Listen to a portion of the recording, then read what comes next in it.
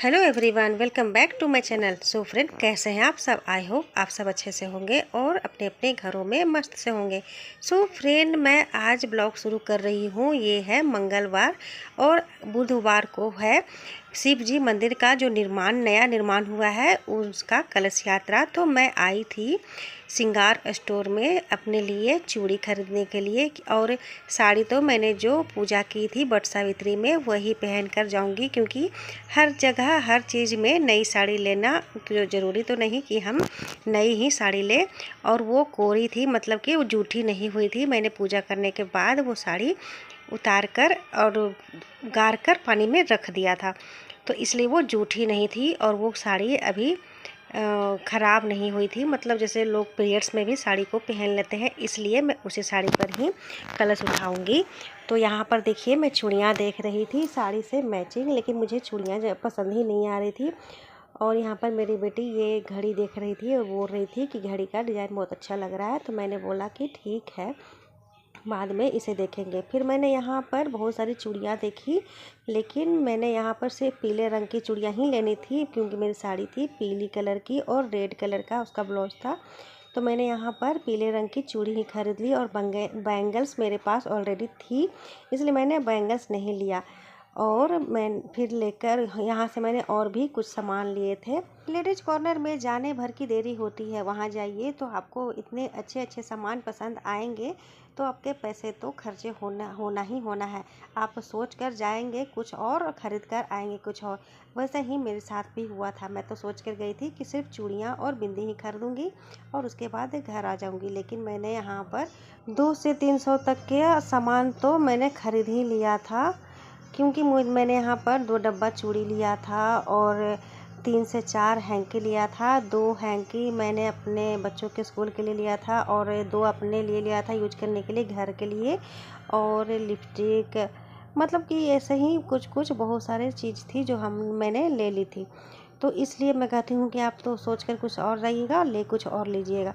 फिर मैं जब घर आई तो बहुत ज़ोरों से बारिश होने लगी। मैं तो पहले से ही देख रही थी कि बादल बहुत उमड़ रहे हैं काले काले, और कपड़ा भी मेरा बाहर में पसरा हुआ था। तो मैं जल्दी से दुकान से वापस आई और जल्दी जल्दी मैंने सारे कपड़े जो सूखने डाले हुए थे उसे उठाकर घर में रखे। और ये देखिए, अचानक से बहुत ही बेजोरों की बारिश आने की हो लगी। तो फिर ये बुधवार सुबह 9 बजे का वीडियो ये मैं गई थी जब शिव मंदिर का कलश यात्रा में शामिल होने, तब मैंने ये शूट किया था। तो देखिए यहाँ पर कितनी सारी औरतें आई हैं कलश यात्रा में शामिल होने के लिए। अब भगवान का कोई भी कार्य हो तो हम औरतें तो इसमें कभी पीछे हटती ही नहीं है, चाहे कितनी भी कठिन स्थिति क्यों ना हो। मतलब कि हमें जाना भी था बहुत दूर से पानी लाने के लिए, तो हम लोग निकल गए थे कि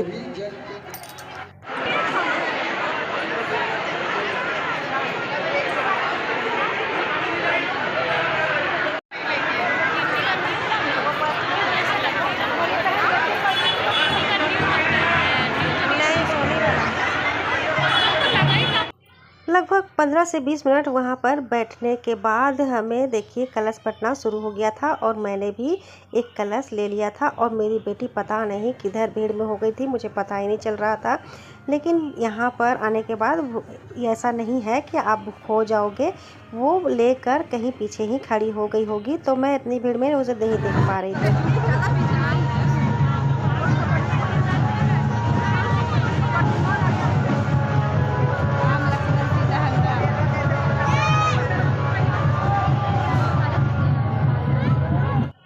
और ये देखिए, रथ पर राम लक्ष्मण और सीता जी की झांकी भी साथ साथ जा रही थी आगे आगे।